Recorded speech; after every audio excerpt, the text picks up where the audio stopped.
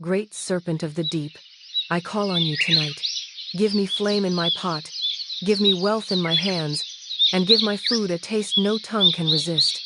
Let every man who eats bow to my name, let women forget their pots, and children cry for only my plate. In return, I will serve you with loyalty.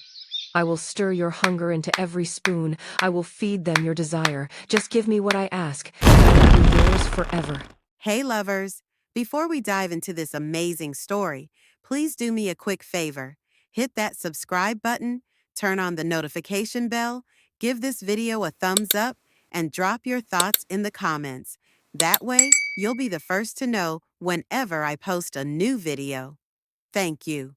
Every morning before the sun rose over the noisy streets of Lagos, a crowd was already waiting in front of a small shop at the corner of Ojuelegba roundabout. Exotic cars, Benz, Prado, Lexus, lined up like school children, their owners stepping out in suits, lace, agbadas, and uniforms, all for one reason: Iya Kemi's food. She wasn't just a food vendor.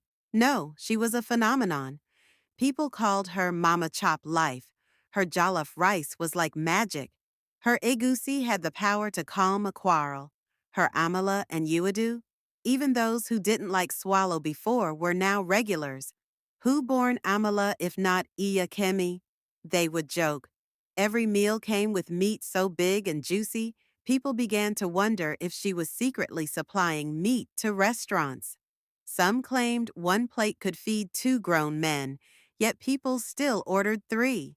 Children cried to their mothers just to be taken to her spot. Even Lagos politicians, with police escorts behind them, would come down from their cars and join the queue. No protocol. Everybody respected the line at Iya Kemi's place. But here's the thing. Nobody knew how she started. Just a year ago, no one had heard of her. She wasn't there. There was no shop. Then one day, she appeared, not quietly, loud. Big signboard, big pots, big taste, big money, and she didn't stop growing. In just 6 months, Iya Kemi opened 2 more branches in Ikeja and Lekki, each one booming like the original. She hired young girls, dressed them in sharp uniforms, paid them well. She rode in a black SUV and always wore black and red Ankara with matching gil. No matter the heat, she never sweated. Her face always had powder, her eyes sharp. But the strangest thing, wherever Iya Kemi passed, there was a strong smell, not of food, but something smoky, something old, something spiritual. Some said it was incense. Some said she was just highly spiritual. But the old man who swept the streets at dawn said something else one morning. She no be ordinary woman. I see am one night talking to pot, and the pot answer her back. At first, people laughed. Who talks to pot? But one early morning, before the crowd arrived, a boy selling sachet water saw something behind her shop, something moving in a sack. And it wasn't meat. He ran. He told people. They beat him. Lie no good for business, someone said. But whispers started, and still the line grew, because no matter what anyone said, Iya Kemi's food tasted like heaven. But something wasn't right. One fateful morning, the shop was even more packed than usual. The smell of fried plantain danced in the air. The stew sizzled. The amala bounced inside bowls, and the laughter from customers echoed down the street. Big men with round bellies were nodding and licking their fingers. "Abeg, give me another round of that, oh goof," a man shouted. "Iya Kemi, this your hand day different, oh." Iya Kemi smiled from behind her big pot, her gold tooth flashing as she dished out another heavy spoon of rice. Then everything changed. From the corner of the road, a loud voice rose above the crowd. "You people are eating snake." Heads turned. It was that same small boy, the one that sold sachet water. His shirt was torn, face sweaty, eyes red, but his voice loud, bold. "I saw it. I saw the thing move inside her pot. It was a snake, a big black snake." The whole place went quiet for 2 seconds. Then laughter. Big, loud laughter. Small Pekin Don mad. Go sell your pure water a beg. Now hunger day worry am. Someone threw a sachet of water at him. Another shouted, Before we beat you, disappear. Even Iya Kemi laughed. A loud, deep laugh that echoed strangely. Where is this one coming from? She said, still stirring her pot calmly. Is it me you're seeing snake with? Do I look like a snake seller? People laughed harder, but the boy didn't laugh. He didn't run. He just stood there, eyes fixed on her pot. He whispered, They don't know what you really are. Nobody knew his name. They just called him that water boy. But what nobody knew, what even he didn't fully understand, was that he was gifted. He had spiritual eyes, eyes that could see what normal people couldn't. He wasn't lying. He wasn't mad. He really saw something move inside that pot that morning. It was long, dark, and alive. And when it looked at him, it blinked. They chased him away, but just before he left, he turned back, looked at the crowd one last time, and said, When the pot breaks, don't say I didn't warn you. Then he shook his head and walked away slowly. And as he disappeared into the morning light, Iya Kemi's laughter faded too. But her smile, it was no longer warm.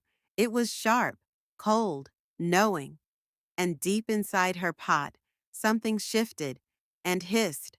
That same night, when the moon was hidden behind heavy clouds and the streetlights blinked like they were afraid of something, Iya Kemi stormed out of her compound.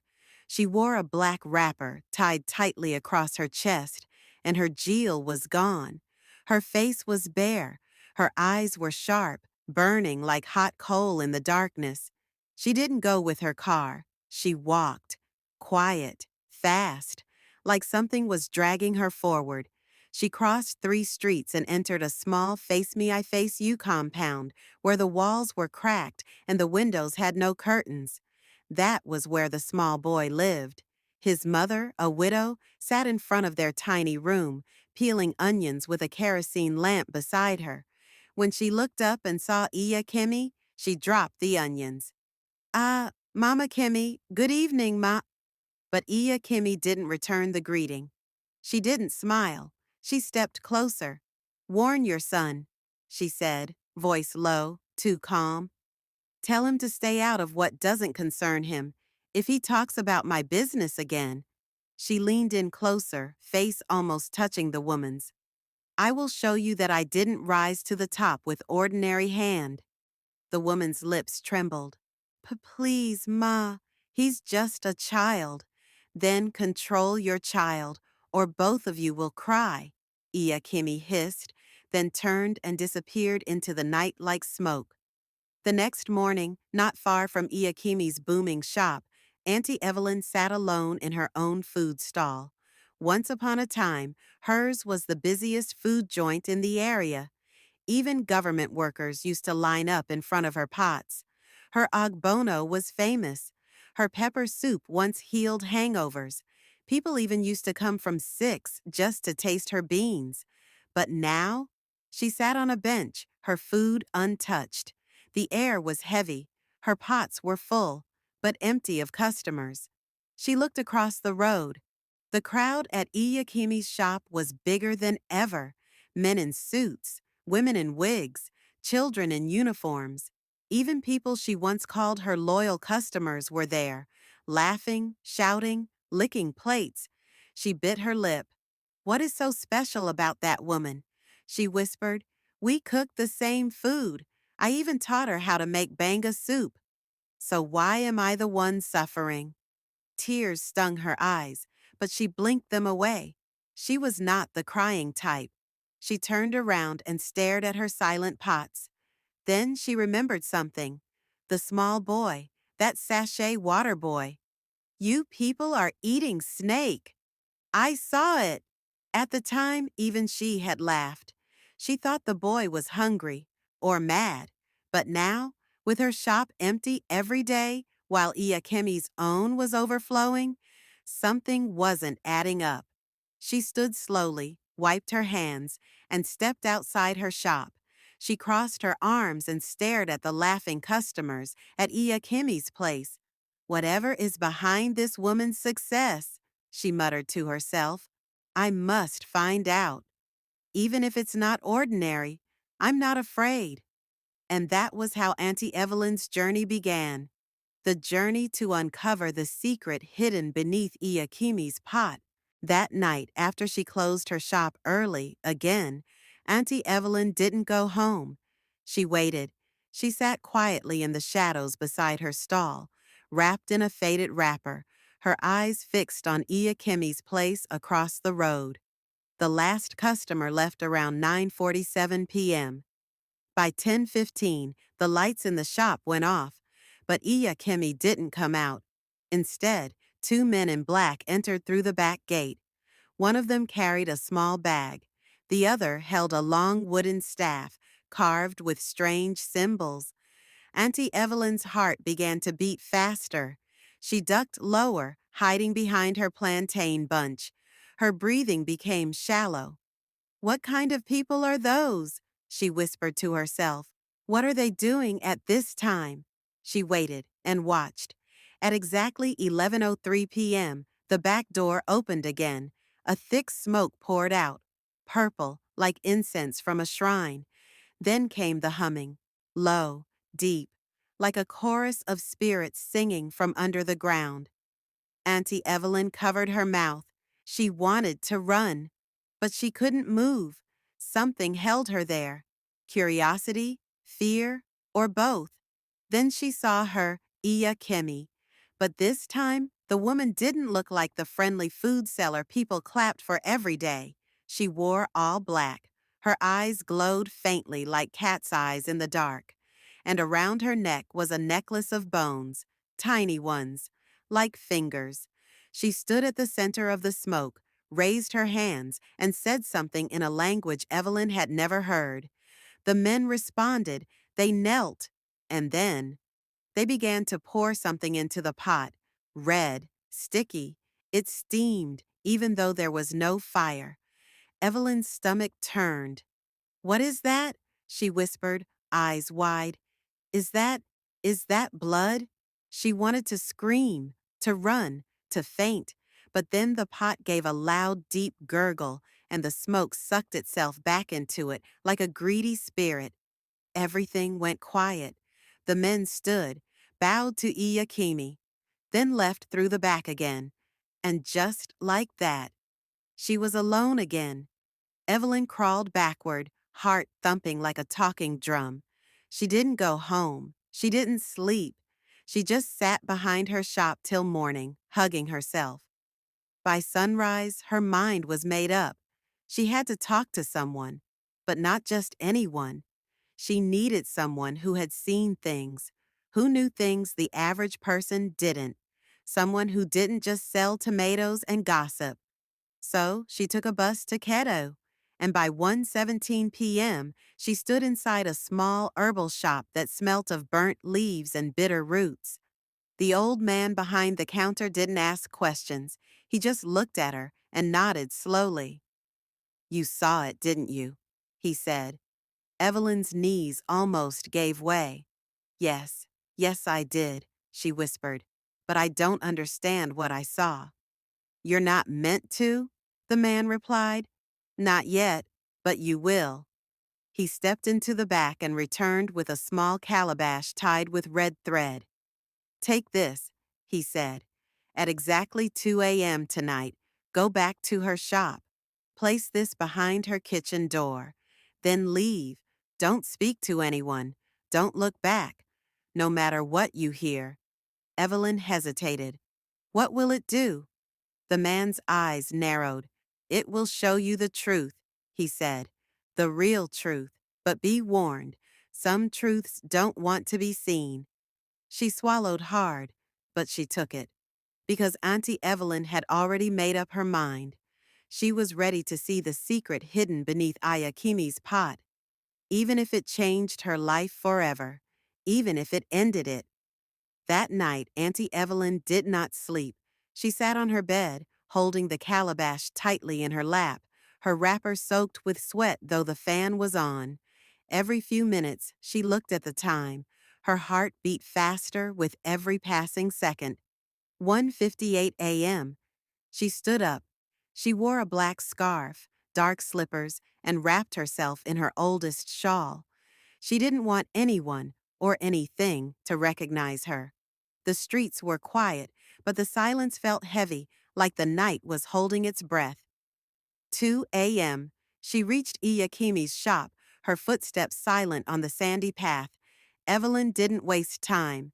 She crept behind the building, the calabash tucked under her arm. Her hands trembled as she placed it gently behind the kitchen door, exactly as the herbalist instructed. Then she turned. She wanted to run, but her feet felt like they were wading through thick mud. Suddenly, a loud scream, not human, not animal, something in between. Then came the sound of pots crashing, spoons clattering, and something heavy dragging across the floor. Evelyn's heart nearly burst, but she didn't look back. She covered her ears and ran like the road behind her was on fire.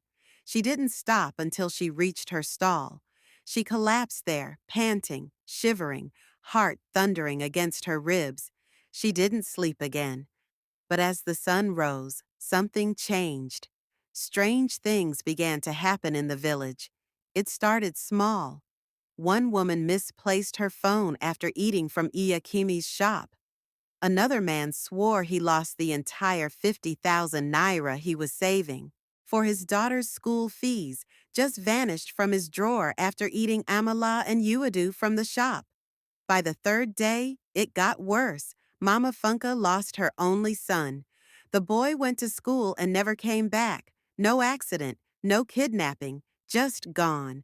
One man said his wife packed her things and left him that same evening after they both had dinner from Iya Kemi's shop. She left a note saying, "I don't know why, but I must leave. Something is calling me." People started whispering, "Is something wrong with her food? But it's too sweet. Maybe it's just coincidence." Yet, they kept going back. They kept eating, as if the food had a hold on them, as if their tongues betrayed their minds. Auntie Evelyn watched from her stall in silence. She no longer greeted. She didn't smile. She just observed. Even she wasn't sure what was happening anymore. The calabash had disappeared the next day, gone, like it was never there. But every night since then, she saw things in her dreams.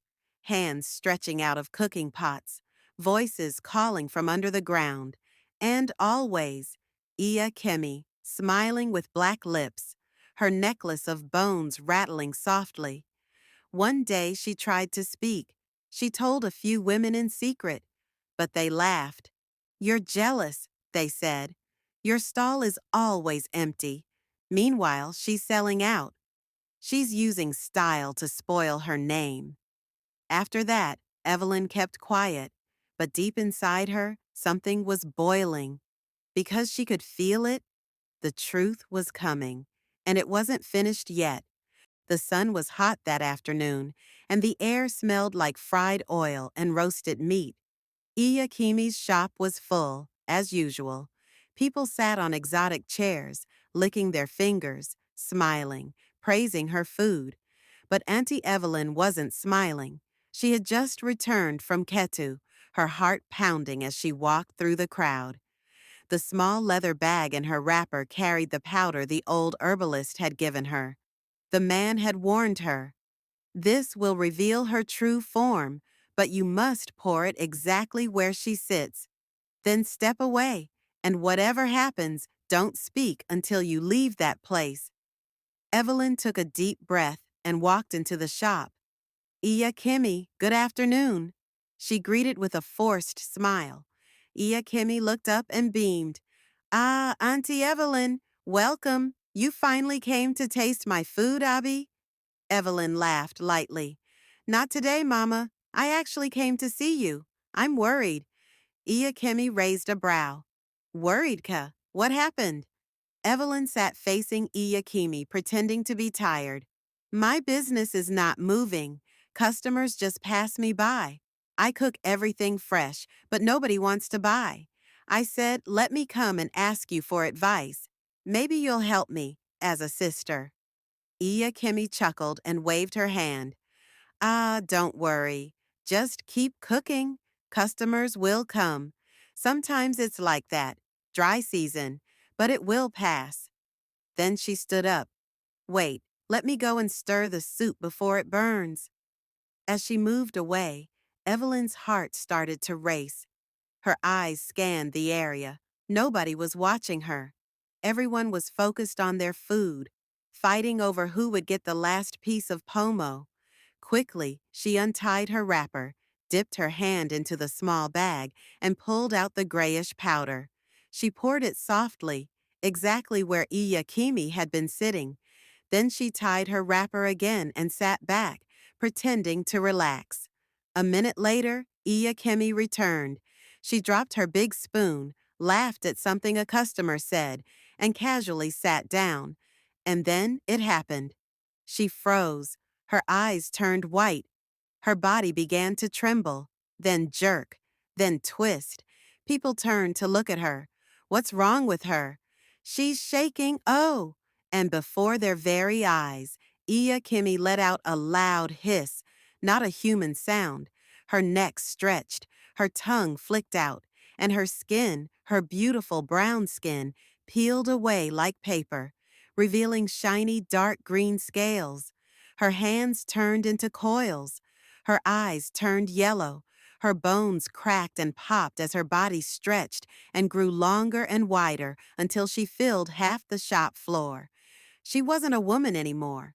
She was a mighty serpent, a huge, terrifying snake with glowing eyes, wearing a necklace of tiny bones. Jesus! Blood of lamb! Ah! People screamed. Plates of amala flew into the air. Hot stew splashed on legs and laps. Spoons dropped. Chairs tumbled. Buckets fell. Everyone ran. Some people didn't even wear their slippers. A man jumped through the window. One woman fell and rolled on the floor, crawling as the snake hissed and twisted its body in pain. Auntie Evelyn didn't wait. She picked up her slippers and ran faster than she had ever run in her life. By the time she turned back, smoke was rising from the shop. The tables were empty. The food had spilled all over the place, and Iya Kemi was gone. From that day, peace returned. Iya Kemi's shop, once the busiest food joint in the area, became a haunted place. Nobody went near it. The chairs were overturned, the pots abandoned, and flies buzzed around the scattered food. No one cleaned it. No one touched it. The building stood like a grave. But across the street, Auntie Evelyn's shop came alive again. By the next morning, people who had run from Iya Kemi's place started showing up at her stall. Auntie Evelyn, I beg give me rice and stew, double meat. I hear say your own food day sweet pass. Even those who never greeted her before now lined up to buy. Her coolers emptied before noon. Children laughed again. Mothers smiled while eating. The air smelled fresh. No more strange humming at night. No more glowing eyes in the shadows. But something else started happening. Those who had eaten Iya Kemi's food in the past few weeks began to experience strange losses. Some said they started hearing whispers at night. Others said they saw Iya Kemi's shadow outside their homes. Panic spread. Fear grew. Whispers turned into rumors. Rumors turned into truths. And one by one, they started trooping to the old herbalist's shrine in Kitu. Men, women, even tough street boys with tattoos on their arms. All humbled, barefoot, with shaking hands. They begged him for help. They offered him money, food, goats, anything to cleanse them from whatever spirit had followed them home from Iya Kemi's shop. And the herbalist? He never said much. He just looked at each of them with tired eyes and said, "Not every food is meant for your mouth." Some he helped, some were too far gone. Till today, whenever people pass by Iya Kemi's abandoned shop, they cross themselves or mutter a prayer. Children are warned, if you see cheap food and long queue, ask questions first. As for Auntie Evelyn, her name became a legend. People started calling her Mama Icy Pass Eye, but she never told anyone the full story. She just smiled, dished food, and thanked God. Because deep down, she knew some secrets must be seen, but not all of them should be told.